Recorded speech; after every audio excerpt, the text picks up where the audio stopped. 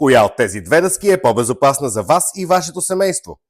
Напук на общоприетото мнение ще ви кажа, че това е дървената дъска за рязане. Изследвания на големи институти показват, че при умишлено заразяване на различни видове дървесина с бактерии, включително и салмонела, дървото абсорбира и усвоява всички тези бактерии и в рамките на 3 минути до 99.9% от бактериите напълно изчезват в дървесината. Това означава, че на повърхността на тази дъска няма абсолютно нищо, което може да зарази или да навреди на храната ви.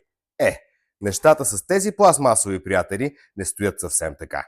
Улеите и дълбоките дъскотини, които се получават при рязане върху пластмасова дъска, са идеален източник на бактерии. Бактериите попадат дълбоко в тях и тъй като в пластмасата няма нищо, което да може да ги разгради, те остават там на практика за винаги. Изследвания показват, че дори при термична обработка и миене в миялна машина, те остават там и очакват вашата храна.